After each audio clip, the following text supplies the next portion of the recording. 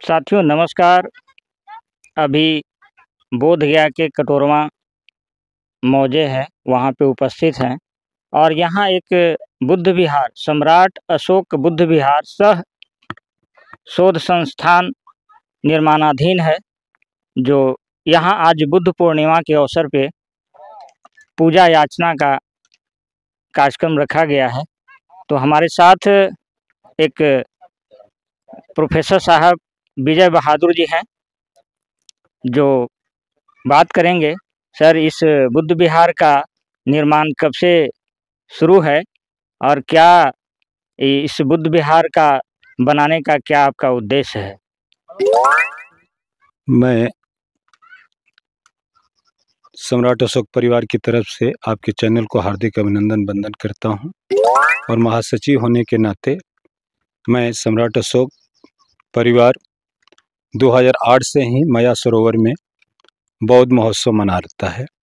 और बौद्ध महोत्सव में हम लोग देखते थे कि जो देहात के लोग आते थे, दूर दराज से आते थे, उन्हें रहने खाने पीने की बड़ी अव्यवस्था हो जाती थी।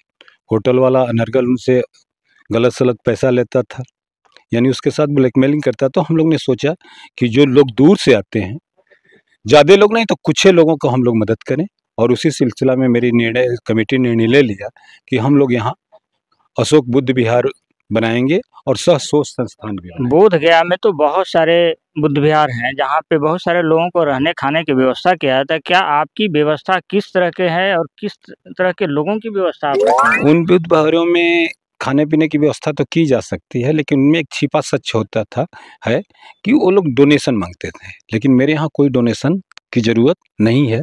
कोई भी आएगा, खाएगा, पिएगा, डोनेशन बक्स में उसको जो मन करेगा डालेगा, कोई बाध्यता नहीं। यानी आप खुलेआम अनाउंस कर रहे हैं कि हमारे जितने भी धर्म साथी हैं आएंगे और यहाँ आकर के बिना डोनेशन के रहेंगे, उनको खाने पीने की व्यवस्था की जाएगी। तो पैसा कहाँ से आएगी सर? वहीं जैसे आपसे कहेंगे, आप सारे विचारधारा होंगे, जैसे आप मेडिटेशन में गए होंगे, मेडिटेशन में खुलेआम डोनेशन नहीं मांगा जाता। जी जी, हमने गया है, 2008 में गया है वहाँ। हाँ, तो खुलेआम डोनेशन नहीं मांगा। वो व्यवस्था कैसे चलती है? जी जी, वो तो डोनेशन पर चलता है। डोनेशन पर चलता है, तो उसी तरह की हमारी वहाँ के खाने पीने की व्यवस्था इतनी बढ़िया है कि पूरे भारत में जितने भी धनी लोग हैं वहाँ नहीं है। हाँ, उनके यहाँ भी नहीं हो सकता। हाँ, तो वही व्यवस्था यहाँ भी रहेगी। मतलब परैच्छिक नहीं, स्वैच्छिक डोनेशन होगा। आपको इच्छा है तो दें, नहीं इच्छा है तो न दें। जो अपना बुद्ध विहार समझेगा इसको सींचेगा, फूलेगा, फलेगा।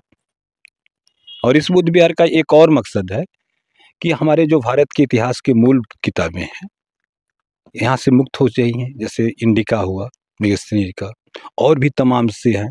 फायान का यात्रा उस वृत्तांत हुआ, हेनसांग की यात्रा वृत्तांत हुआ। ये मूल कापियाँ नहीं है, और इन मूल कापियों को विदेश में जाकर के हमारे संस्थान ले आने की भी मतलब हम लोगों की सोच है। तो बोधगया में तो बहुत सारे बुद्ध विहार हैं, बहुत सारे शोध संस्थान हैं, बहुत सारे पुस्तकालय हैं। क्यों नहीं आप बिहार के धरती पर उतरते हैं? क्या योजना है? आप कह रहे हैं तो मैं मानता हूं कि सब हैं, लेकिन कितना काम करते हैं, कितने धरातल पर इतिहास को सही परोसते हैं। भगवान बुद्ध ने यहां से जब चला तो सारनाथ में 10 दिन पहुंचा। आज तक कोई फिलासफर ये नहीं बताया कि भगवान बुद्ध ने किन किन स्थानों पर ठहरा था। जी, कहीं तो ठहरे होंगे, 10 दिन के अंदर पहुंचे हैं, तो उन स्थानों की खोज तो होनी चाहिए थी।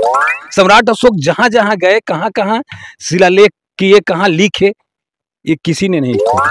तो क्या सम्राट अशोक परिवार के लोगों ने इस तरह के कारवां को उठाया और आगे बढ़ेंगे? हाँ, मतलब कि हमारे जो पुरातात्विक धरोहर हैं उनको सही रूप में परोसना सम्राट अशोक परिवार का मुख्य उद्देश्य है। और यहाँ है कि हम ये बौद्ध विहार बनाने का मतलब है कि हम विदेशी संपर्क में रहेंगे, हमारे स्कॉलर रहेंगे, कुछ सीखेंगे, कुछ सिखाएंगे, अपनी बातों को कहेंगे। हमारे साथ मुखिया जी हैं मकरध्वज सिंह विद्रोही,